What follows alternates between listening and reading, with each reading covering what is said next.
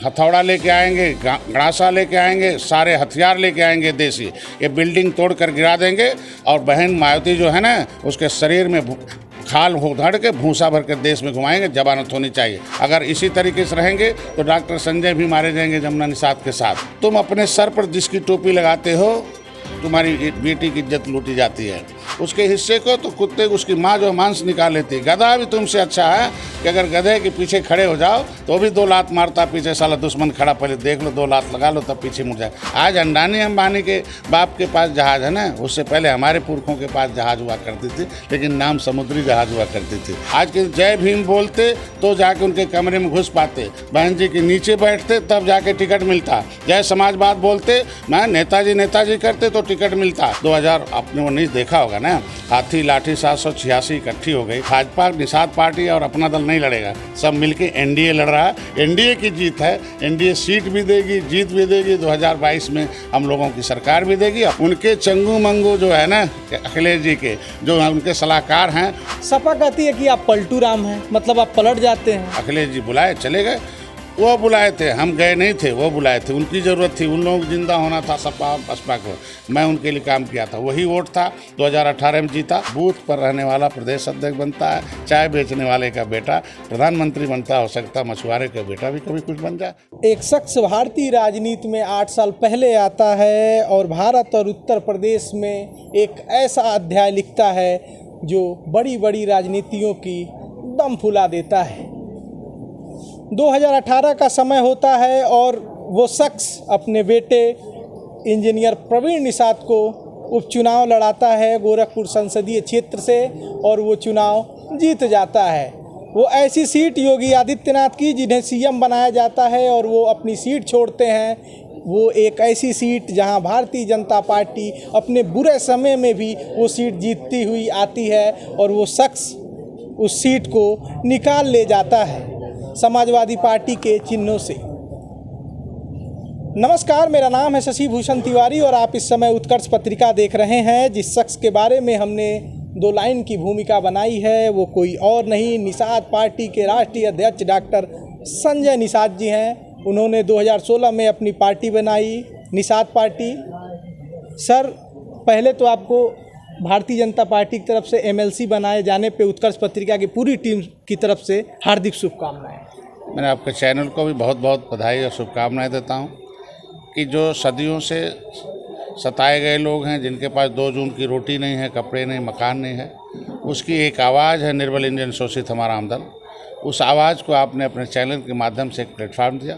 Bharatiya Janata party के भी पदाधिकारियों को धन्यवाद दूंगा कि उसको एक जो है प्लेटफार्म दिया जिससे उस आवाज़ को सदन तक पहुंचाने का अवसर दिया। मैं धन्यवाद। सर, हमारा एक शो चलता है व्यक्ति विशेष और हमारे दर्शक जानना चाहते थे व्यक्ति विशेष में कि डॉक्टर संजय निषाद किसी परिचय के मोहताज नहीं है, लेकिन हमारे चैनल पे हम ये जानना चाहते हैं आपकी राजनीतिक संघर्ष के बारे में। आप आज जहाँ हैं एमएलसी बनाए गए। खैर, आपकी मांग तो बड़ी लंबी थी डिप्टी सीएम की, लेकिन आपने पहली लड़ाई जीत ली है। जरा अपने संघर्षों के बारे में बताएं। कहा गया history is the mother of politics, movement is the father of politics.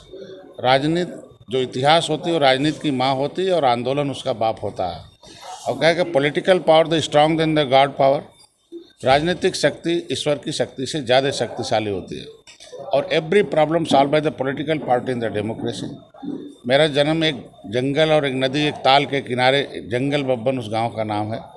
मेरे पिताजी सूबेदार मेजर रहे, देश की 3 लड़ाई लड़ी, पश्चिमी पाकिस्तान, पूर्वी पाकिस्तान और चाइना।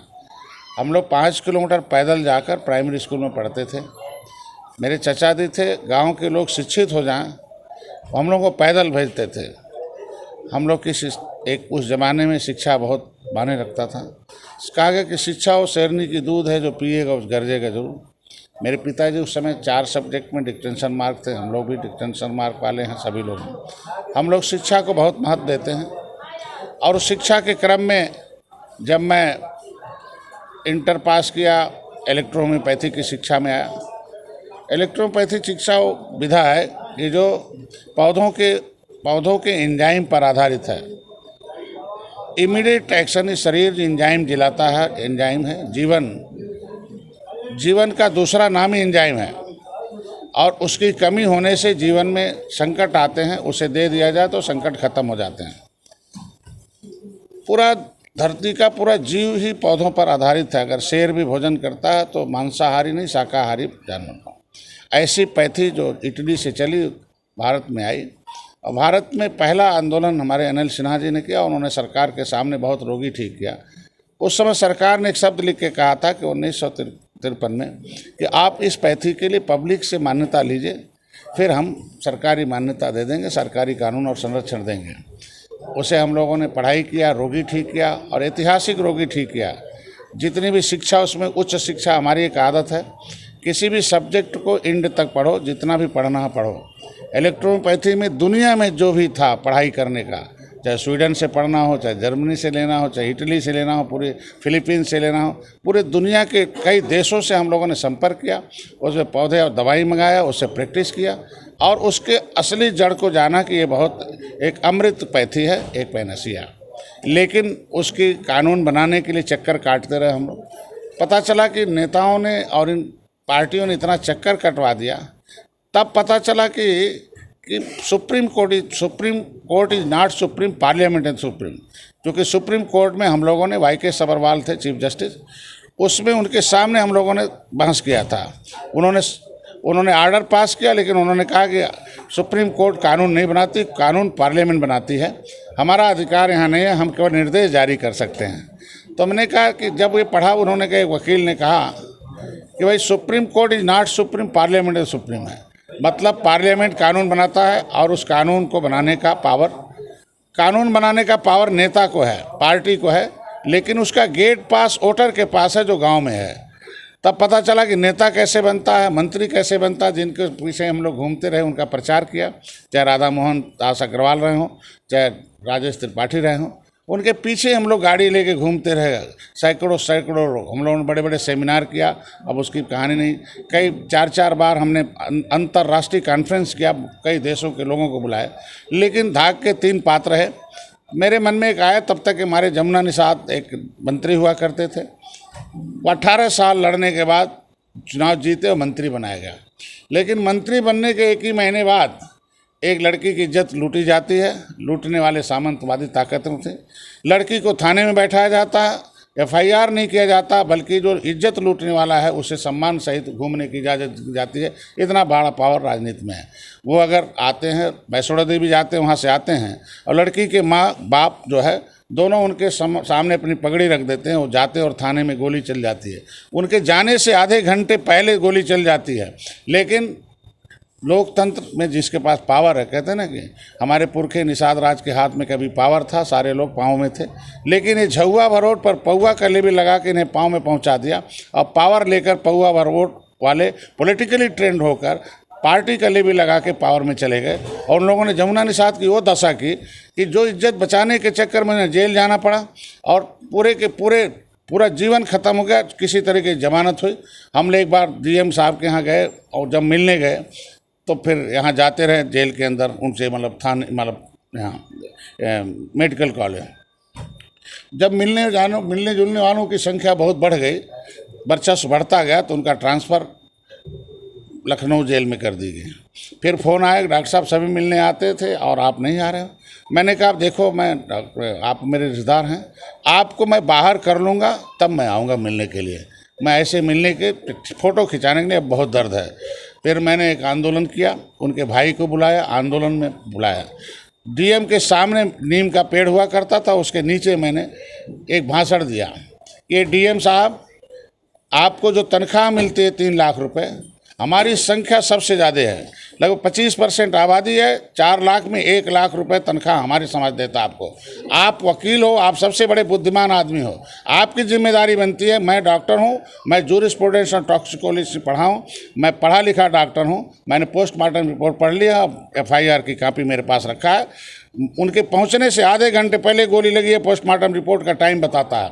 अगर जमानत नहीं हुआ 15 दिन के अंदर तो डॉक्टर संजय दोबारा आएंगे, हथौड़ा लेके आएंगे, गड़ासा लेके आएंगे, सारे हथियार लेके आएंगे देसी, ये बिल्डिंग तोड़कर गिरा देंगे और बहन मायावती जो है ना, उसके शरीर में खाल उधड़ के भूसा भर कर देश में घुमाएंगे, जमानत होनी चाहिए। मैं तो बधाई दूंगा अपने कार्यकर्ताओं को कि 10 दिन के अंदर उनकी जमानत हुई, लेकिन 29 दिन बाद उन्हें जब एक एक्सीडेंट में मारे जाते हैं। तब मैंने पता किया कि महेंद्र सिंह राजपूत, धनीराम वर्मा, रघुवर दयाल वर्मा, मनोहर लाल, जयपाल कश्यप, झोरी बिंद जो है, फूलन देवी, जमुना निषाद, रामदेव, हाँ, ये सारे नेता जितने थे इस समुदाय के लिए काम करने वाले सब मार दिए गए। अगर इसी तरीके से रहेंगे तो डॉक्टर संजय भी मारे जाएंगे जमुना निषाद के साथ। तो मेरे को सेना बनाना पड़ा, तब पढ़ना पड़ा। तब पढ़ने में आया कि भाई तब मैं बाम सेब में उससे पहले था, तो कांसी राम को पढ़ना शुरू किया कि भाई कांसी राम 3 लोग संकल्प लिए दिल्ली के उस वोट क्लब मैदान में संसद भवन के सामने। वैसे अंगुली दिखाकर उन्होंने कहा था कि जो ये कुर्सी लगी है संसद भवन में, इसका गेट पास वोटर के पास है, कानून यहाँ बनता, भाग्य यहाँ लिखा जाता है, लेकिन अभागे लोग गांव में बैठे हुए हैं, अभागे लोग बेहोश हैं पॉलिटिकली, और बेईमानों के हाथ में अपने आने वाली पीढ़ी का भविष्य ऐसे दे देते हैं जो आके यहाँ बेईमान बैठकर उन्हें और बर्बाद करते हैं। चलो भाई साथी, कांसी राम के साथ दीना भावना खाड़ पड़े। उन्होंने कसम खाया कि हम लोग जाएंगे, ये सोई हुई कौम को जगाएंगे जिनके सर पर पंजा टोपी लगाकर उनका वोट लूटा जाता है। जब वोट दे देता दलित तो उनके बेटे बेटी को दरोगा उनका बनता, डीएम उनका बनता, इनकी नौकरी लूटी जाती है। तो आए कांसी राम यही कहते थे कि हे दलित समाज के लोग, तुम अपने सर पर जिसकी टोपी लगाते हो तुम्हारी बेटी की इज्जत लूटी जाती है। तुम्हें अपने वोट पर अधिकार है। जिस तरीके से गाय दूध देती है 10 लीटर, 9 लीटर उसका 9 लीटर पालने वाला पाता है, 1 लीटर उसका बच्चा खाता है। जिसका सर पर टोपी रहता है 90% हिस्सा वो पाता है, 10% में तुम्हें खाना।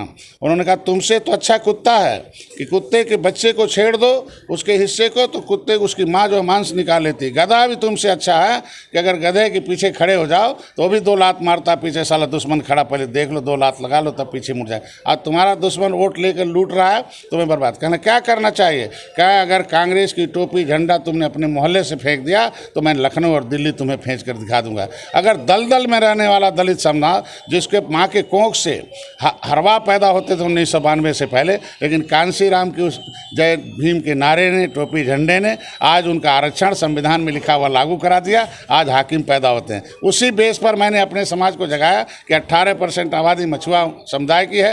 ये आलू बने हुए सब्जी के राजा जिधर जाते हैं उनकी सरकार बन जाती है। चाहे हाथी साइकिल पंजा कमल का बटन दबाते हुए हीरो, अरे जीरो बन जाते हैं। इनका एक गौरवशाली इतिहास है निषाद राज के किले पर। जब किला देखने गए, जमुना निषाद बताया 23 लोगों के साथ संपर्क किया तो पता चला ये तो खून मछुआरा का नहीं है, ये जो है जाल उठाने वाला नहीं है, ये तो जो है कलम चलाने वाला है। जब निषाद राज के बारे में पढ़ना शुरू किया, हमें इजराइल में मिला। जब मैं राष्ट्रीय भाई धर्म का एक इजराइल के उससे मिला कि जब राष्ट्रीय ये भाई अंतर्राष्ट्रीय भाई जो ट्रेनर थे उनके माध्यम से कि ईश्वर का प्रकटीकरण उसमें आया कि निषाद राज ने सबसे पहले राम के अंदर दिव्य शक्ति देखी। उन्होंने अंग्रेजी में लिखा, हे रामा, आप मित्र थे, आज भी हो, कल भी रहोगे, लेकिन आज तुम्हारे अंदर दिव्य शक्ति देख रहा हूँ, तुम भगवान हो। आज के बाद हमारी मुहर लग रही है, भगवान हो। तो निषाद राज को उसमें लिखा कि निषाद राज भगवान नहीं, भगवानों के भगवान, जिसे भगवान की शक्ति देख लिया। मैंने कहा भगवानों के भगवान के वंशज हमारे लोग हैं। लात खा रहे डॉक्टर संजय 2-2 बंडल लेके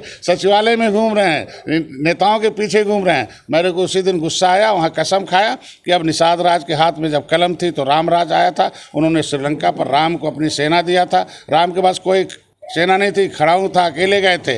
निषाद राज ने सेना दी, श्रीलंका पर विजय प्राप्त कर लिया। अगर निषाद राज की सेना श्रीलंका पर विजय प्राप्त कर सकती है और राम के कैबिनेट में निषाद राज जब आए थे तब राम राज आया था, तब ताला नहीं लगता था, कोई दुखी नहीं था, सारे लोगों को रोजगार थे, पैसे थे। तो जब ये ऐसा वंश ऐसा खून है तो हम जिनसे जेनेटिकल रूप से हम लोग अनुवांशिक गुणों के बाद, मैं उसी की बात खत्म कर लूँ कि अनुवांशिक गुण बहुत आधार रखता है कि अगर हमारे पुरखे कलम चलाते थे तो देश में आज प्रजा सुखी थी। तो फिर डॉक्टर संजय उसी कलम को पकड़ने के लिए राजनीति की कलम पकड़े कि अब पकड़ लेंगे, अब प्रजा को सुख देंगे। अभी तो शुरुआत हुई है आज के बाद, ये मेरे संघर्ष का परिणाम रहा। संजय जी, एक बात हम ये आपसे पूछना चाहते हैं कि आप बीजेपी को ब्लैकमेल भी कर लेते हैं, समन्वय भी बैठा लेते हैं।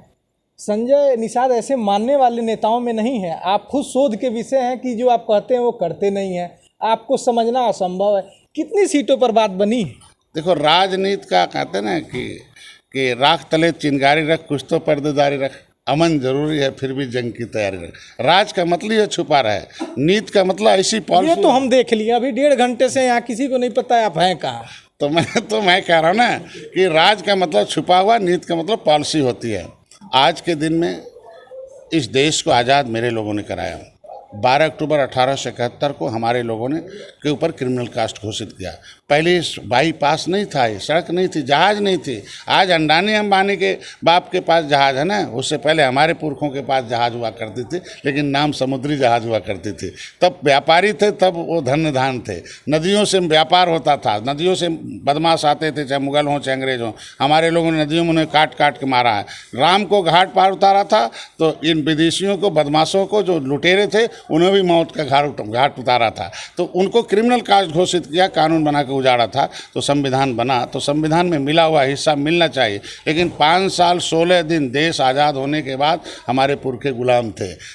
31 अगस्त 1952 को पार्लियामेंट में हमारे चंद्रिका राम आठ सांसद लेके आए थे। कहाँ? कलकत्ता में। वेस्ट बंगाल में क्रिमिनल कास्ट नहीं घोषित था, वहाँ से 8 सांसद आए और 10,000 लोगों की सेना लेके लोकसभा के सामने बैठे थे, हंसुआ, डंडा, पूरा का पूरा हथियार लेके। कि हमारे पुरखों ने देश को आज़ाद कराया, हमारे लोग जेलों में बंद हैं, उनके लिए कानून बना के बाहर किया जाए। जब देखा पंडित जवाहरलाल नेहरू अपनी वाली कर रहे हैं, तो शाम को 6 बजे हमारे चंद्रिका राम 8 सांसदों के साथ गेट बंद कर दिया पार्लियामेंट का कि आप बाहर पता कर लो, कोई जिंदा नहीं जाएगा वापस। उनकी काला कानून हटना चाहिए, जिसकी वजह से देश में संविधान बना हुआ। तब डिबेट हुआ, 12 बजे रात तक बहस चला।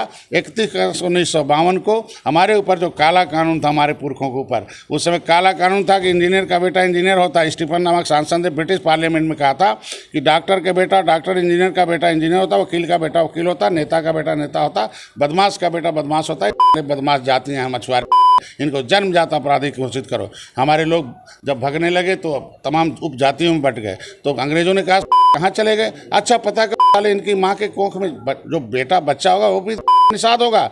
जेल बनाई गई, हमारे माताओं को जेल में बंद किया गया, उसमें बच्चा पैदा करके हमारे बच्चों को पुरखों पिछड़ी तो तड़प तड़प के मरने के। इतना गौरवशाली इतिहास का किसी का नहीं होगा, लेकिन बेईमान इतिहासकारों ने हमारे इतिहास को नष्ट करने की कोशिश किया। अंथा सेमेन एंगायर कमेटी 1949-50 बना, वो अब तक लागू नहीं। उसमें लिखा कि देश को आज़ाद कराने वाले 578 जातियाँ हैं, उसमें और भी जातियाँ हैं, इनके दरवाजे पर ताम्रपत्र लिख कर दिया जाए कि इनके पुरखों ने देश को आज़ाद कराया है। 74 प्रकार का रिजर्वेशन दिया जाए उनके शिक्षा, रोजगार, स्वास्थ्य के लिए कि देश के आज़ाद कराने वाले सम्मानित जातियाँ। लेकिन कांग्रेस ने उसे कूड़े में डाल दिया। मैंने मीरा कुमारी जो थी लोकसभा अध्यक्ष, उनके सामने 6 घंटे 16 मिनट का बहस कराया। दर्जनों बार इलेक्ट्रोपैथी के लिए बहस कराया हूँ, सदन में आवाज़ उठवाया हूँ। लेकिन ये बेईमान जो इतने हैं ना, सुन के ख़त्म कर दिए। मीरा कुमारी ने हमारे 6 घंटे 16 मिनट का बहस को कूड़े में डाल दिया। मैं गुस्से में आया, अपनी सेना बनाया, हमने कहा कांग्रेस को कूड़े में डाल दो। आज 70 साल देख लो, जब से मैं जन्म लिया हूँ, 2014 से कांग्रेस कूड़ेदान में पड़ गई है। उसका सहयोग कर रही थी बसपा सपा। हमारी फाइल को भाई, जब हम आरक्षण में संविधान लिखा गया, उसमें मझवार, गौड़, तुरैया, खरवार, बेलदार, खड़कोरी, लेदरमैन को, फिशरमैन को, वाशरमैन को जो है देने का है, शिल्पकार को देने का, क्राफ्ट्समैन का। तो हम कहते हैं लेदरमैन का बेटे को कोई भी उपजाति लिखे, कोई टाइटल लिखे, उसे मिलेगा। वाशरमैन का बेटा कोई भी टाइटल लिखे मिलेगा। तो फिशरमैन का बेटा अगर सहानी केवट मल्ला में लिख देगा तो नहीं मिलेगा। हमारा नाम, जितनी उपजातियाँ थी, सरनेम थी, उसको पिछड़ी में डालकर हमारी नौकरी को लूटने का काम किया। समाजवादी पार्टी थी, निकालती थी, बसपा उस पर स्टे लेती थी। आज 30 साल से लटका रहे थे। हमारा समाज नाराज़ हो गया, कांग्रेस खत्म हो गई, छूना बंद कर दिया बटन। हमारा समाज नाराज़ हो गया, सपा बसपा देख लो। 2000 आपने 19 देखा होगा ना, हाथी लाठी 786 इकट्ठी हो गई। जिसको टिकट दिया जात वो हो गया। तो जब सारी जातियाँ इकट्ठी हो गई, डॉक्टर संजय मोदी जी के साथ खड़े हो गए, तो जीत हो गई। तो कौन सा उसमें ब्लैकमेलिंग है? ब्लैकमेलिंग नहीं है, हमारी बार्गेनिंग नहीं है, वर्किंग पावर। हमारे लोग, हमारे पर विज्ञापन, एक मिनट, हमारे लोग विज्ञापन के नहीं, ज्ञापन वाले हैं। 824 ब्लॉकों में एक बार ज्ञापन देता हूं। आज के जो आंदोलन है, मैंने सड़क आंदोलन किया, डीएम घेरा हूँ, जांच कराया, सीएम घेरा हूँ, रेल ट्रैक को 7 महीने जेल में रहा हूँ। आज के दिन में जेल में रहा हूँ। हमारा एक इतिहास रहा। हमारे उत्कृष्ट कार्यों को देखते हुए एमएलसी पद दिया गया। हमारे उत्कृष्ट कार्यों को देखे, हमारे वोट बैंक को देखते हुए, हमारे लोगों को सही दिशा में इनकी डिमांड को देखते हुए भारतीय जनता पार्टी गठबंधन की है। आज 70 साल से जो भी इनकी आवाज़ थी, कभी किसी नेता से एक पन्ना दे दिया कि साहब अपने मंत्री मुख्यमंत्री से हमारी बात कर लीजिएगा। यहीं बिशम्बर जी थे, एक बार मंत्री बनाए गए थे, विधायक बनाए गए, हमारे लोग ज्ञापन दिए कि साहब बहन जी से बात कर लीजिए। उनके बिरादरी के एक जिला अध्यक्ष था, फ़ोन किया बहन जी को और सीधे तुरंत अभी मंत्री लेके लाल बत्ती थी, सब वापस हो गए, पैदल हो गए। जहाँ मेरे समाज की आवाज़ को सुनने के लिए किसी विधायक MP मंत्री को इजाज़त नहीं थी, आज के जय भीम बोलते तो जाके उनके कमरे में घुस पाते, बहन जी के नीचे बैठते तब जाके टिकट मिलता, जय समाजवाद बोलते मैं नेताजी करते तो टिकट मिलता। आज के दिन में जय निषाद राज के बोलने वाले के बेटे को जो है सदन में जगह मिली, जय निषाद राज बोलने वाले को आज MLC बनाया गया है। तो ये कैसे कह सकते हैं ब्लैकमेलिंग पावर। आज हम अपने पार्टी के लिए स्वतंत्र हैं, हम स्वतंत्र पार्टी के राष्ट्रीय अध्यक्ष हैं, हमारी पार्टी से अलायंस है, NDA और NDA लड़ेगी। अब भाजपा निषाद पार्टी और अपना दल नहीं लड़ेगा, सब मिलके NDA लड़ रहा है। NDA की जीत है, NDA सीट भी देगी, जीत भी देगी, 2022 में हम लोगों की सरकार भी देगी। अब पावर लेके जितनी भी समस्याएं हैं कुछ पहले हल होगा, कुछ बाद में हल होगा। संजय जी, एक कॉन्सेप्ट आपने दिया 2018 के उपचुनाव में, जहां राजनीतिक आधार ढूंढ रहे थे विपक्ष, आपने उपचुनाव में बीजेपी के उस 30 साल के पुराने सीट को जहां से कोई जीत नहीं पाता था, और आपने अपने लड़के प्रवीण निषाद को जिताकर ये कॉन्सेप्ट दिया कि गठबंधन किया जा सकता है। सपा कहती है कि आप पलटू राम हैं, मतलब आप पलट जाते हैं। पलटू राम कौन है आप उन्हें जानो ना, वो अपने आदेशों से पलट जाते हैं। समाजवाद का नारा लिया, उनको 30 साल सरकार दिया, सारी जातियों को समावेश किए होते तो आज शायद उन्हें वोट नहीं मांगना पड़ता, आज के लड़ाई नहीं लड़नी पड़ती। पलटू राम तो वो हैं कि वो तो कहते हैं समाजवाद पर हम सबको देते हैं। आज यादव आज के दिन में कितने परेशान है देख लो, जितने भी चंगू मंगू थे उनके पॉलिटिकल पार्टनर कौन थे भूल गए।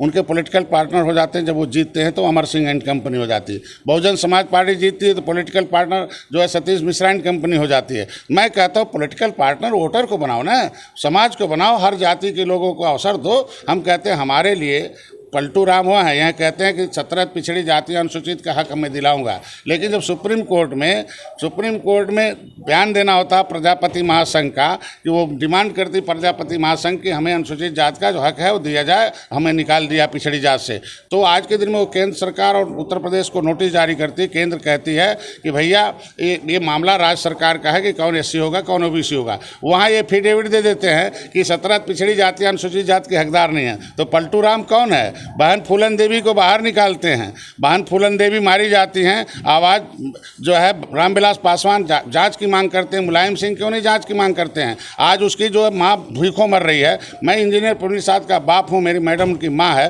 तो हमें सांसद की पूरी सुविधा मिलती है। उनकी सांसद फूलन देवी थी तो उसकी माँ को पूरी सुविधा मिलनी चाहिए ना। आज वो भीख मांग रही है, केवल वो यूज करेंगे। आज उनका ज़मीन जो कैलाश चौरसिया जो था वो उनका लेखा जोखा रखता था, उसका मतलब 50 करोड़ की प्रॉपर्टी उसने जब्त कर लिया, मंत्री बना के संरक्षण देते हैं। तो पलटू राम तो वो है ना। सीट देने के लिए उन्होंने कहा था कि निषाद पार्टी को सीट देंगे महाराजगंज से, इंजीनियर प्रवीण निषाद लड़े हैं, जीते थे। हम कहते सबका सीट उन्होंने घोषित कर दिया अपने परिवार का। इंजीनियर प्रवीण निषाद उनके सांसद थे, क्यों नहीं सीट घोषित किया? डॉक्टर संजय ने पूरे प्रदेश में उनको लड़ाया था, जिताया। 2017 में तो मर गए थे ना, सपा बसपा 2017 में मर गई थी, मोदी ने रगड़ के भूसी छोड़ा दिया था। 2018 में डॉक्टर संजय ने जिंदा किया था योगी आदित्यनाथ को, मतलब यहाँ जीत कर। तो आज के दिन में पलटू तो हो गए कि जो सीट देने के लिए थे नहीं कहे, पलट गए। हमको पलट गए, इसीलिए हमें भाजपा के पास जाना। अगर वो घोषणा कर देते सीट का, अंतिम दिन तक मैं 1 साल तक उनके साथ था। भाजपा हमें बहुत खोज रही थी, पैसा भी प्रतिष्ठा सब दे रही थी।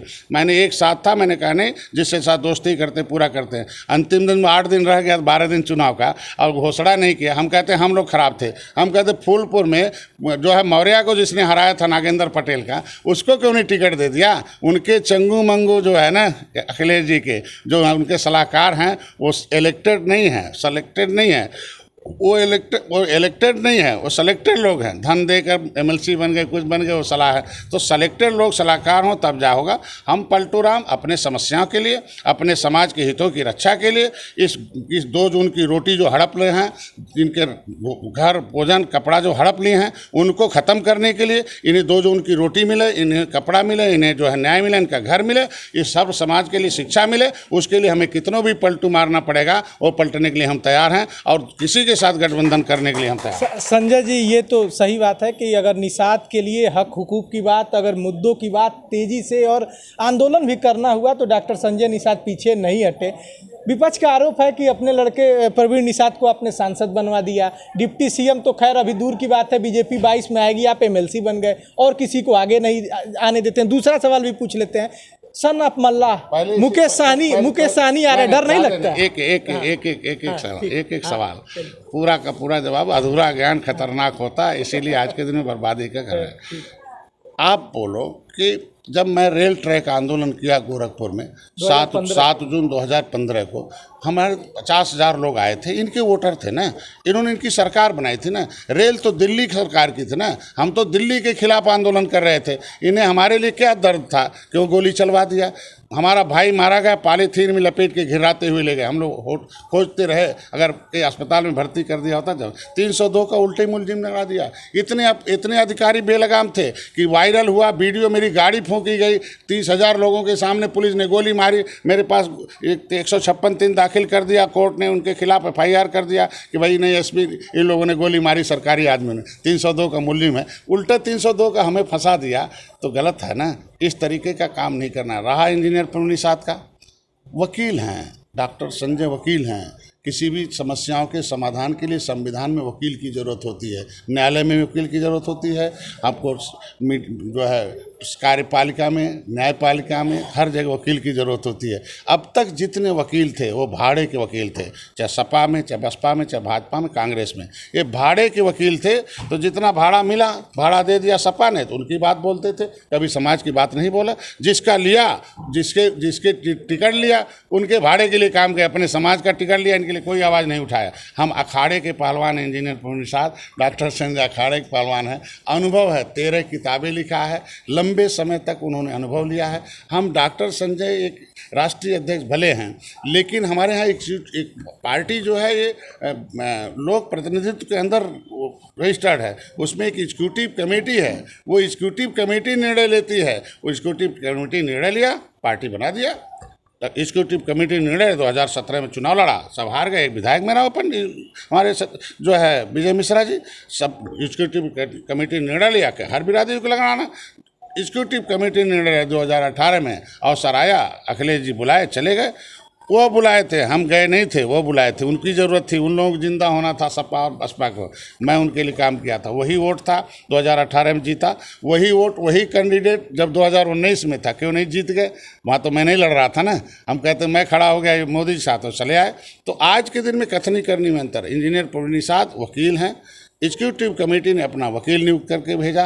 दिल्ली में जितनी भी जब भी आवाज़ उठी, जिस समाज के ने उन्होंने भेजा था, जय निषाद राज का नारा लगाया। जब भी मौका मिला उन्होंने आरक्षण की आवाज़ उठाई और ये भी कहा कि जिस तरीके से GST है उसी तरीके से हम 14 राज्यों में अनुसूचित जाति की सूची में सूचीबद्ध हैं। हम कानून बना के हम उजाड़े गए हैं ना, अंग्रेजों ने हमें उजाड़ा है, मुगलों ने हमें उजाड़ा, नदियों हमने लड़ा है। तो जिसने देश को आज़ाद कराया कानून से उजाड़ा है, तो कानून से बसाने का संविधान में लिखा हुआ तो हर बिरादरी हमें समझ दे रही है ना, उसे लागू कराने के लिए क्यों नहीं किया? तो इंजीनियर प्रवीण निषाद हमेशा वकालत करते रहे। लाइब्रेरी में अगर इंजीनियर प्रवीण निषाद नहीं जाते, अंग्रेजी पढ़ने वाले हैं, वो डिटेंशन मार्क वाले हैं, उनको नौकरी छुड़ा के लाया हूँ कि भाई ये कह के कहा कि भाई इस देश में 90% लोग राजनीति के शिकार हैं, 10% हिस्सेदार हैं। तो पढ़ा, उन्होंने पूछा क्यों? हमने कहा वो 90% लोग की सोच है कि भगत सिंह पैदा हो लेकिन पड़ोसी के घर में हो, मेरे घर में नहीं हो, और 10% लोगों की सोच है कि भगत सिंह मेरे घर में पैदा हो। चल बेटा, मैं भी भगत सिंह बनता हूँ, तुम भी भगत सिंह बन। पूरा घर भगत सिंह बनता, पूरे घर भर के लोग रेल पर बैठते हैं, बहन भी बैठती है, भाई भी बैठता है, उनकी बेटियां भी बैठती हैं, बहुएं बैठती हैं, मैडम भी बैठती हैं। हमारी मैडम AC में नहीं, हम कहते हैं पहले तुम बाहर निकलो तब गरीब की बेटी निकलेगी। तो ये अखाड़े के पहलवान भेज दिया। अगर सदन नहीं जाते तो लाइब्रेरी में कैसे मिलता? जो सदन में लाइब्रेरी है, जो पार्लियामेंट में लाइब्रेरी है, वो यहाँ तो जहर में है नहीं, जो विधानसभा में लाइब्रेरी यहाँ तो है नहीं। लाइब्रेरी में मिला कि मछुआरों को इतना हक है, हर बिरादरी को इतना हक है, इतना कानून है। उस लाइब्रेरी में मिला कि वोटर ही असली भगवान है, वोटर ही पावरफुल है, वोटर ही देश का भविष्य है, वोटर के पास चाबी रखा है विधानसभा लोकसभा की। तो इंजीनियर प्रवीण निषाद को हमारे लोगों ने भेजा। दूसरा रहा हमारी बात, अभी हमारे नंबर आ रहे हैं हमारे लोगों के, अभी एक ही सीट तो MLC के। MLC जो है ये चुनाव का नहीं है कि किसी ने चिट्ठी लिख दिया, किसी ने भेज दिया, किसी ने। ये उत्कृष्ट कार्यों को देखते हुए राज्यपाल को अधिकार है कि जिसके पास उत्कृष्ट कार्य हों, उसे मनोनीत किया जाए। ये कोई इलेक्शन वाला नहीं है, पैसा दे दो, टिकट दे दो, सीट ला दो, इनसे बार्गेनिंग करो। ये मनोनीत का मतलब उत्कृष्ट सेवा, उत्कृष्ट कार्य। हमारे उत्कृष्ट कार्य रहे हैं, इलेक्ट्रोपैथी लिखा है उसमें। राज्यपाल ने जो चिट्ठी गई है उत्कृष्ट कार्यों में इलेक्ट्रोपैथी का भी लिखा जिक्र है। उसमें सारे जितने मेरे आंदोलन हैं, जो जो मैंने काम किया हो, वो सब लिखा हुआ। मेरा उत्कृष्ट कार्य है कि निषाद राज के वंशजों को जगाया हूँ, एक गौरवशाली इतिहास रहा। जो राम को पार उतारने वाले हों उनके ऊपर पौआ के लिए भी लग जाए, उनके ऊपर केवट मल्लावा और मछली मारने के लिए भी लग जाए तो ये गलत है ना। इसको मैंने जगाया हूँ, उत्कृष्ट कार्य किया हूँ कि कोरोना काल में पूरे प्रदेश में मैंने हेल्पलाइन लगाया था, कई हज़ार लोगों को खाना खिलवाया हूँ। 360 समुद्र में फंसे लोगों का जान बचाए हों। उन्होंने political God father of fisherman की उपाधि दी है। तो ये इस उत्कृष्ट कार्यों को देखते हुए एमएलसी पद नियुक्त किया गया, न कि हम लोग बार्गेनिंग के जो आप सोच रहे हैं कि इस तरीके से ले लिया। अवसर आ रहा, मेरे भी बच्चे, मेरे कार्यकर्ता सब उत्कृष्ट कार्य कर रहे हैं। धीरे धीरे 2022 में देखेगा, दर्जन मंत्री होंगे निषाद पार्टी के, दर्जन बोर्ड अध्यक्ष होंगे, दर्जन भर हमारे कार्यकर्ता जो है देखिएगा राज्य मंत्री होंगे, आराम से कलम चलाएंगे, अपने समाज को। संजय जी, हम इंटरव्यू आपका लगभग 10:30 बजने जा रहे हैं, रात्रि हो रही है, और संजय निषाद जी सुबह से ही अपने कार्यकर्ताओं के बीच गांव-गांव जाकर लोगों की मतलब समस्या सुन रहे थे। और हर समाज चाहेगा कि ऐसा नेता मिले। कितने एनर्जेटिक लग रहे हैं आप, बिल्कुल ऐसे लग रहा है कि तरोताज़ा होकर हमारे साथ बात कर रहे हैं। आप एनडीए में सम्मिलित हो गए हैं, एनडीए के साथ लड़ेंगे और अपने हक हुकूक की बात जो है, आप, हमको लगता है अपने समझौते से पीछे नहीं हटे होंगे। जो अब आपने नहीं बताया कितनी सीटों पे समझौते हुए। मुकेश साहनी उत्तर प्रदेश में चुनाव लड़ने आ रहे हैं, कितना बड़ा खतरा आप अपने लिए देखते हैं? कहा गया ना कि जो आपने पहला लाइन बताया कि जो क्या समझौता किया होगा, हम लोग पद प्रतिष्ठा के नहीं हैं। हम लोग उस सामाजिक मुद्दे, जो राजनीतिक मुद्दे, जो ऐतिहासिक, जो हमारे संवैधानिक मुद्दे, उसके हल के। बहुजन समाज पार्टी ने 2007 में हमारा रोजी रोटी छीन लिया। वर्ग 3 की ज़मीन, वर्ग 4 की ज़मीन जो इन पे जिस पे ये बेच थे उसे वापस कर लिया। ये पहले बताइए, किसी की रोजी रोटी छीन जाए वो कैसा समाज शांत रहेगा? उसे अगर भारतीय जनता पार्टी दे रही है तो कौन सा गलत काम कर रही है भैया? इनका आरक्षण बजा रखा था। हम कहते हैं कि जब लेदरमैन को मिलेगा, वाशरमैन को मिलेगा लिखा हुआ राष्ट्रपति ने फिशरमैन कि 1961 में हम 70 लाख गिनती हुई थी। ये बेईमान सरकारों ने 2011 में गिना 3000 कर दिया। हमारे लोग कहाँ चले गए कागजों में? ये जो बेईमानी है उसे ख़त्म करने रहा। ये सारे मुद्दे भारतीय जनता पार्टी ने तय कर लिया। 15 नवंबर को एक विशाल रैली हो रही है निषाद, वहाँ रमादेवी पार्क में। 15 सितंबर 2016 को मैंने उसे भरा था, 10 लाख लोग आए थे। पिछली सरकारों ने मेरी आवाज़ को दबाने का काम किया, एक लाइन छपने नहीं दिया, न चलने दिया। अब मैं धन्यवाद दूंगा अपने कार्यकर्ताओं को, पदाधिकारियों को और भारतीय जनता पार्टी के शीर्ष नेतृत्व को कि हमारी इस बात को दुनिया का कोई मीडिया चैनल नहीं होगा जहाँ इसको, उसके मुद्दे को प्राथमिकता से न उठाया गया। आज अगर डॉक्टर संजय के प्रयासों से दिल्ली और उत्तर प्रदेश दरबार दोनों एक साथ मिलकर किसी एक बिरादरी के जिस गौरवशाली इतिहास को इनके हक हिस्से देने के लिए घंटों बहस करती हो, घंटों विचार विमर्श करती हो, बहुत बड़ी बात है जहाँ एक नेता नहीं सुनता था। तो ये बड़ी जीत है। आप तो यूपी में छा गए। निश्चित रूप से यूपी ने, पूरे देश में। हम तो चाहते हैं कि जिन्हें 2 जून की रोटी नहीं है, घर नहीं, कपड़ा नहीं, जिन बेईमानों ने लूटा है वो हटे और उनको मिले। ये हमारा काम है। रहा मुकेश साहनी का, तो कोई भी समस्या का समाधान लायक लोग करते हैं, मतलब लायक लोग बहस करते हैं वकील बनकर। वकील अगर किसी को जजमेंट दिलाता है, उसे निर्णायक दौर पर पहुंचाता है, तो उसे बहुत लोग मिलते रहते हैं। आज के दिन में अगर बिहार में आरक्षण ख़त्म हो गया, कोई वकालत कर रहे हो, मुकेश भाई 2017 में आए थे, 2017 में आए थे मुकेश भाई, मैंने उन्हें राजनीति सिखाया, गए मंत्री बन गए, फिर आए हैं, फिर सिखाऊंगा, फिर बिहार जाएंगे, लालू यादव से और बड़ा बन जाएंगे। वो हमारे खून के, हम लोग मिलके काम करेंगे, आपस में लड़ेंगे थोड़ी। हम लोग आपस में लड़ने के लिए नहीं, बेईमानों से लड़ने के लिए, दुश्मनों से लड़ने के लिए बने। वो आए हैं, कुछ लोग लड़ाना चाहते हैं, लेकिन उन्हें लायक बनाऊंगा, जाके बिहार में लड़ेंगे। हम लायक हैं, उत्तर प्रदेश में लड़ रहे हैं। संजय जी, आप निषाद के बड़े नेता हैं कि सबके बड़े नेता? आप केवल निषादों की बात करते हैं? देखिए, हम डॉक्टर हैं, राजनीतिक डॉक्टर, सामाजिक डॉक्टर है। डॉक्टर में सबसे ज़्यादा जो बेहोश रहता है उसे होश में लाने के लिए डॉक्टर अपनी कुर्सी दौड़ के करता है। तो ये मछुआ समुदाय कांग्रेस के पास गया, इलाज के लिए किया नहीं और उसने सालों गुर्दे निकाल दिया। उसने सपा बसपा के पास गया, कुछ नहीं हुआ। तो अगर ये समुदाय अब जब दूसरे के अस्पताल में जा के थक गया और अपना अस्पताल बना लिया, तो सबसे पहले जो बेहोश है, जो बीमार है, उसका इलाज कर रहा हूँ। इनके साथ तेली बढ़ई लोहार कहार पाल गणरी केवट मल्ला, हर बिरादरी लिए मेरा मुद्दा है। इस पार्टी का नाम है निर्बल इंडियन शोषित हमारा आमदल। निर्बल वो है जो सत्ता का शिकार है, सत्ता का सुख नहीं है। जो सत्ता का जो हिस्सेदार है वो सबल है, जो सत्ता का शिकार हो निर्बल है। चाहे कोई बिरादरी हो, महिला अबल है, नौजवान अबल है, आज किसान बेहाल है, ये सब हम निर्बल हैं, वो हमारे वोटर हैं। हमने तो सभी बिरादरियों को टिकट दिया था, सभी बिरादरियों को जिताने का। इस बार देखिएगा कई दर्जन बिरादरी हमारे सिंबल से जीत के जाएंगे। ये एक बिरादरी के नहीं है, बिरादरी के लोगों ने हमें अपना नेता इसलिए मान लिया कि सबसे ज़्यादा बीमार हैं, किसी ने दिल से उनकी आवाज़ नहीं उठाई, उनके लिए न जेल गए, न उनके लिए उनके लिए किताब लिखी। मैंने उन्हें जगाने के लिए 13 किताबें लिखी और हमने उनको जगाने के लिए 7 महीने जेल में रहे। उनको जगाने के लिए 7 साल से 7 महीने यहाँ नहीं रहे होंगे। हमेशा हमारा घर जो है वो गाड़ी होता है, रोड होता है, हमेशा रैली उनको जगाने के लिए स्कूल। हमारा एक इंस्टीट्यूट प्रणाली है। कहा गया कि बड़े लक्ष्य को प्राप्त करने के लिए एक अनुशासित कार्यकर्ता और सशक्त संगठन की आवश्यकता होती है। जीत के लिए जनता का समर्थन होना चाहिए, शक्तिशाली संगठन होना चाहिए और दांव पेच नेता का होना चाहिए। तो डॉक्टर संजय का दांव पेच जो है इनके लिए लाभकारी है, इसलिए मेरे साथ निषाद जाति की आप राजनीति करते हैं, उनके हक हुकूक की बात करते हैं और बड़े ज़बरदस्त तरीके से उठाते हैं। महंगाई ज़बरदस्त है। आप देखें कि कड़ू का तेल 200 रुपये पहुँच गया, पेट्रोल डीजल के रेट आप देखिए 100 रुपये के ऊपर है। आपका समाज काफ़ी आप कहते हैं निचले पायदान पे है। महंगाई के मुद्दे पर क्यों नहीं अपने सहयोगी पार्टी बीजेपी से बात करते हैं? ये सवाल है, जनता का सवाल है।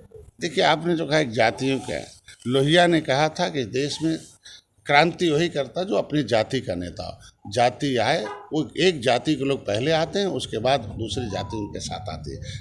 निषाद समुदाय पहले आया, ढेर सारे आज के दिन में 1000 गाड़ी से हमारा समागम हुआ। हमको लगा मेरे बिरादरी के पास तो गाड़ी नहीं है, खाने को नहीं है, रिक्शा चला रहा, ठेला चला, कहाँ गाड़ी है? तो दूसरी बिरादरी लोग सैकड़ों गाड़ी लेके आ रहे हैं, तो कैसे कह सकते हैं कि हम एक बिरादरी नेता? एक बिरादरी के अपने नेता, हम अपने ज़्यादा कमज़ोर हैं। रही बात महंगाई की बात, तो महंगाई देखिए पिछली सरकारों की नाकामी है। जब देश में निषाद राज के हाथ में कलम था, निषाद राज के हाथ में सत्ता थी, तब राम राज था, तब जीडीपी ग्रोथ 33.5 था। मैं नहीं कहता, अमर सेन जो इकोनॉमिक्स के हेड थे बीएचयू के, उन्होंने वहाँ आज के दिन में वहाँ जो है नालंदा के वाइस चांसलर हैं, उन्होंने किताब लिखी जस्टिस ऑफ इंडिया। उसमें आप पढ़िए, एविडेंस के आधार पर लिखा। आज से 2000 वर्ष पहले निषाद राज के बाद जो इकोनॉमिक पॉलिसी थी, तब जीडीपी ग्रोथ 33.5 था, एजुकेशन 75% था। तब उस समय प्रजा सुखी थी, तब सोने की चिड़िया कही जाती थी। मुगल आए तब भी हम 30 गुना मजबूत थे। मुगल 700 बरस में इतने लूटे कि हम 10 गुना गरीब हो गए। अंग्रेज आए तो $1 का बिस्कुट खरीदने के लिए $1 का बिस्कुट खरीदने के लिए अंग्रेज $20 देते थे। मतलब अंग्रेज 20 गुना गरीब थे। और जब 350 बरस में अंग्रेज लात मार के भगाए गए यहाँ से, जब उन्हें प्यास लगी तो $1 का बिस्कुट $1 में पाने लगे। इसके मतलब हमें 20 गुना लूट पाए थे। 700 बरस मुगल, 300 बरस, 1000 वर्ष में हमें 30 गुना लूट पाए थे। मतलब $1 का बिस्कुट $1 के बराबर हो गए। आज देखो पिछली सरकारें जिनके हाथ में सत्ता रही, आज अंग्रेज आते $1 देते 76 बिस्कुट पाते हैं। इसके अंदर 76 गुना रुपया कौन भेजा? यही हाथी साइकिल पंजा। ये 76 गुना गरीब हमारे लोगों को जो बेरोजगारी है उनकी इकोनॉमिक पॉलिसी है। अभी मैं 2 साल से सहयोगी दल के साथ हूँ। 7 महीना तो बड़े काम किया। धारा 370 और राम मंदिर कितने खून खराबा होते थे। कोई यादव थोड़ी मरा था उसमें, कोई ब्राह्मण ठाकुर थोड़ी मरा था। मरे तो हमारे राम भक्त थे निषाद वालों। 4000 से ऊपर लाशें बिछी थी। डॉक्टर संजय आज के दिन में देख लो, निषाद भारतीय जनता पार्टी के साथ आ गए जब से, न एक दंगा होता है, न एक लाशें बिछती हैं, न तो राम मंदिर आराम से बन रहा है, फिट हो रहा। कोई सारे मुसलमान भी आराम से रुपया दे रहा, जल्दी बन जाए, ख़त्म करो खून खराबा जो है। तो अगर वो बन गया तो निषाद राज और राम दोनों विचारधारा है, आएगी एक होगी। महंगाई के लिए अगर बड़े काम जो भारतीय जनता पार्टी कहती करती है, धारा 370 ख़त्म किया, मंदिर बनाया, तो मैं बोलूँगा कि भाई जो सबका साथ सबका विकास। आज के दिन में देखो, हर साल चीनी मिली बिकती थी, यही सपा बेचती थी, बसपा बेचती थी। लेकिन जब से मैं आया हूँ एक भी तो चीनी मिल नहीं बिकी ना। ये जो खरीदते थे धान, उससे 100 गुना ज़्यादा खरीदवाता हूँ मैं, गल्ला उनसे खरीदवा रहा हूँ। आज के दिन में किसान गन्ने का मूल्य लेने जाता था तो डंडे खा के आता था, 1 आध लाशें बीच जाती थी हर साल। किसान कितना डंडे खाया होगा आप जानते होंगे। कम से कम आज किसान को डंडे नहीं खाना पड़ रहा। तो जब अव्यवस्था रहता है लंबे समय से, 70 साल से 70 गुना जटिल बीमारी है, तो एक गोली से तो ठीक नहीं होगा ना, थोड़ा समय लगेगा। अभी जाने दीजिए, 1.5 साल से कोरोना है, 3 महीने से कोरोना खत्म हुआ है। मैं लड़ाई लड़ रहा हूँ, 6 महीने बाद इलेक्शन हो जाएगा, 2022 सरकार बन रही है। देखिएगा, वादा करता हूँ हर एक इकोनॉमिक पॉलिसी लगी, इकोनॉमिक पॉलिसी सही होगी, नौजवानों को रोजगार भी मिलेगा, महंगाई पर रोक भी लगेगी। बघेला जी, किस मुद्दे पर चुनाव में जाएंगे 2022 के? सारे मुद्दे पिछली सरकारों ने इतना नष्ट कर रखा है। दंगा प्रदेश था, जंगल राज था, सबको पता। हम तो भुक्त भोगी है ना। 7 जून 2015 के बहन जी के समय क्या होता था आपको सब पता। कितने कितने सीएमओ मारे गए थे आपको पता होगा। आज के दिन में कितने 1 दर्जन सीएमओ मारे गए, क्या क्या नहीं हो। जमुना निषाद, हमारे महेंद्र सिंह राजपूत, धनीराम वर्मा, रघुबर दयाल मनोहर लाल, जयपाल कश्यप, झूरी बिंद हैं, रामदेव फूलन देवी, जमुना निषाद जैसे ताकतवर मारे गए। ये क्या मारे गए, क्या हुआ? ये सारा कांड हमारा ये समाज देख रहा। इस समय का सबसे बड़ा मुद्दा है कि समाज नौजवानों को, किसानों को आज के दिन में कोई नहीं पूछता था। कभी भर्ती होती थी तो लिस्ट पहले आती थी, अभ्यर्थी बाद में जाते थे। और कैसे हमारे लोगों को, जिनके पास सत्ता का पावर नहीं था, उनके बच्चों का सीना कैसे नपता था कि अगर कोई भी बिरादरी हो, अगर उसे पावर नहीं था तो उसके बेटे को सीना नापने से पहले ऐसे अधिकारी मारते थे, 1 ऊंचा और 1 इंच हटाकर टीप लगा के उसे लात मारकर भगा देते थे। उसकी ऊंचाई को ऐसे नापते थे, लेकिन जिसकी लिस्ट आ जाती थी उसे बिना नापे, क्योंकि वो नाप नहीं सकते ना, वो नप जाए लखनऊ में जाके। आज बिना भेदभाव के पारदर्शिता के आधार पर नौकरी हो रही है। 1 दर्जन निषादों के बेटे अधिकारी बने हैं। ये मैं खुशी की बात बता रहा हूँ। कैसे रिजल्ट बदले जाते थे। सीपीएम टीम, हमारे बच्चे 20 लड़के निषाद के सीपीएम टीम में आए थे एक बार, लेकिन राग नहीं आए, बहन जी ने रिजल्ट बदल दिया। तो कैसे रिजल्ट बदले जाते थे, कैसे बर्बाद किए जाते, पारदर्शिता के आधार पर हो रहा। अपराधी आज के दिन में, दंगा खत्म हो गया। देख लो, मुसलमान भी आराम चाहे, बिना भेदभाव के सारे मिलते हैं। मुसलमान का भी घर बना रहे हैं मोदी जी, यादव के भी घर बना रहे हैं, ब्राह्मण का भी बना रहे हैं, दलित का भी बना रहे हैं, कोई भेदभाव। लेकिन ये सरकारें थी तो कैसे भेदभाव हुआ करता था। जिसकी कोई सरकार में जगह नहीं थी, जिस जाति को, उसको कभी मिलता था। भारतीय जनता पार्टी में एक अवसर है कि बूथ पर रहने वाला प्रदेश अध्यक्ष बनता है, चाय बेचने वाले का बेटा प्रधानमंत्री बनता, हो सकता मछुआरे का बेटा भी कभी कुछ बन जाए। अभी तो 1 सीढ़ी क्रॉस किया है। विपक्ष कहता है कि 2017 में हमने विकास पे चुनाव लड़ा और भारतीय जनता पार्टी कब्रिस्तान शमशान पे चुनाव लड़ रही थी। इस बार 2022 का चुनाव हम विकास पे चाहते हैं और भारतीय जनता पार्टी अब्बा जान चचा जान पे चुनाव लड़ना चाहती है। देखो, ये चुनाव 18% आबादी मछुआरों का है। आपको 2019 का सिनेरियो देखिए आप, कि जिसको आओ किसको वोट दबाया। कभी कोई नहीं कहता था भाजपा को वोट दिया, मोदी जी को। मोदी जी आज भी हैं, है ना, योगी जी आदमी हैं। और अलग से 18% वोट कहता, किसको वोट दोगे, कहें डॉक्टर संजय को देंगे। ये नहीं कहता निषाद पार्टी भोजन भरी दाल। तो जब यहाँ ऐसे उनके पास मतलब पॉलिटिकल गॉडफादर मिल गए हों तो कौन चुनाव रोक सकता है। 18% आबादी निषादों की 18 आप रहा है तो 16 छटक भी तो रहा है ब्राह्मण। कहाँ छटक रहा, ब्राह्मण कहाँ छटकने वाली बता। सतीश मिश्रा ने कहा कि ब्राह्मणों का उत्पीड़न हुआ है, ठोको सरकार है, 1 ब्राह्मण के चलते कई 500 ब्राह्मण मार दिए गए इन सरकार में। तो उनके ब्राह्मण को मालूम है कि कैसे कभी ब्राह्मण पावर में था और बहन जी के लोग पाव में थे। लेकिन उन्हीं सतीश मिश्रा की देन है कि दलित पावर में आ गया, ब्राह्मण उनके पाव में। अब ब्राह्मण पाव में नहीं जाने वाला है। दोनों पूजनी बिरादरी है, डॉक्टर संजय और ब्राह्मण। आज के दिन में मैंने उठाई ना विजय मिश्रा की बात कि भैया जांच होना चाहिए ना, सीधे अधिकारी दोषी है, हटाओ। तो ब्राह्मण की आवाज़ डॉक्टर संजय उठा रहे हैं तो किसके साथ जाएगा। निषाद राज का उस किला जो है ना, वो किला नहीं है, राम को पार उतारा है हम लोगों ने। ये ब्राह्मण पूजनी है, गठबंधन भी पार उतार दी। निश्चित रूप से ब्राह्मण पॉलिटिकल स्पीकर है। वो किसी की अगुवाई नहीं, सबकी अगुवाई वो करता है। उसकी अगुवाई बहन जी करेंगी, उसकी अगुवाई मुलायम सिंह कर पाएंगे, जिसकी अगुवाई 60 साल से खुद करता हो, सब उसके पीछे चलते रहे हो। मैं निश्चित रूप से आज के दिन में 70 साल से इस देश में पंडित जवाहरलाल नेहरू ने जो भी किया, इस पॉलिटिकल स्पीकर हूँ कहीं नहीं, ये भ्रम है लोगों का। हम कहते हैं कि खुशी दुबे की बात करते होंगे जो है कि ऐसे हुआ। ये बताओ, एसपी जो मारा गया वो था ना, वो भी तो ब्राह्मण था ना, उसके लिए क्यों नहीं आवाज़ उठाते भैया। आज के दिन उसकी आवाज़ उठनी चाहिए ना। हम कहते हैं कि ब्राह्मणों को भारतीय जनता पार्टी के ऊपर खुदे लेबल लगा ही ब्राह्मणों पार्टी है, ये सवर्णों पार्टी कहाँ जाएगा बेचारा। बताइए, जब लेबिल है उसकी पार्टी का है कि ये सवर्ण जो भाजपा की पार्टी कहाँ जाएगा, ये सब ऐसे खाली खेला है। उस खेला को देखते रहिए, 2022 में पावर में आएगी बीजेपी और डॉक्टर संजय रहेंगे और देखिएगा सर्व समाज का विकास होगा और सबका हिस्सा सबका मिलेगा। आप वर्तमान MLC doctor Sanjay Nishad party के राष्ट्रीय अध्यक्ष को सुन रहे थे। अपनी मुखरता के लिए जाने जाते हैं, वही मुखरता आपने उत्कर्ष पत्रिका पर भी देखी। ज़बरदस्त तरीके से हमारे प्रश्नों का जवाब दिया, कहीं भी घुमाते हुए नज़र नहीं आए, पूरी बात अपनी कही। हमने समझौते को भी पूछा, इन्होंने बताया कि हम निषाद पार्टी के हक और हुकूक की लड़ाई लड़ रहे हैं। जो पार्टी हमारे साथ देगी, निषाद पार्टी का साथ देगी, हम उनके साथ रहेंगे। सारे प्रश्नों का जवाब सीधे सीधे दिया। कैमरा संभालने सतीश, मेरा नाम है शशि भूषण तिवारी और आप इस समय उत्कर्ष पत्रिका देख रहे हैं।